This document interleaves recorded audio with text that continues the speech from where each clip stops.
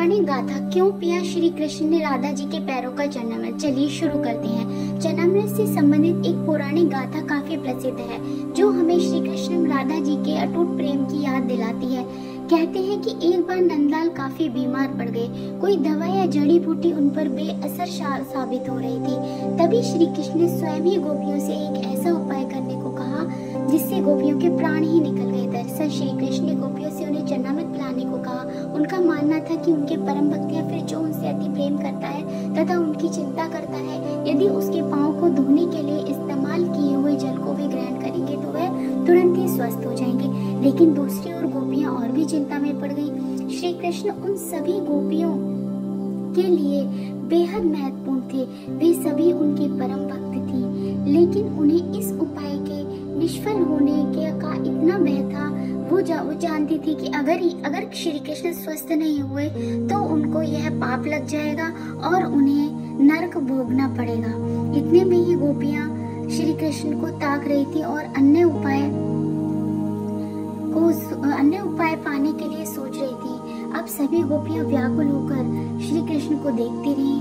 तो इतने में ही श्री कृष्ण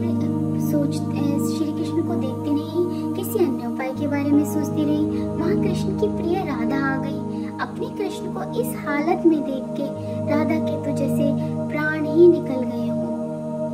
अब राधा ने तो एक मिनट, एक सेकंड, एक पल भी व्यर्थ किए बिना ही जल्दी से अपना चरणामृत, अपने पैर धोए और चरणामृत तैयार किया और श्री कृष्ण को उस चरणामृत का सेवन कराया। जैसे ही श्री कृष्ण ने उस चरणामृत का सेवन किया, वैसे ही श्री कृष्ण स्वस्थ हो गए।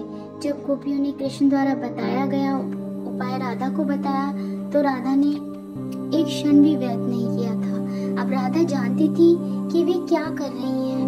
जो बात अन्य गोपियों के लिए भय का कारण थी, ठीक वही वह राधा को भी था मन में।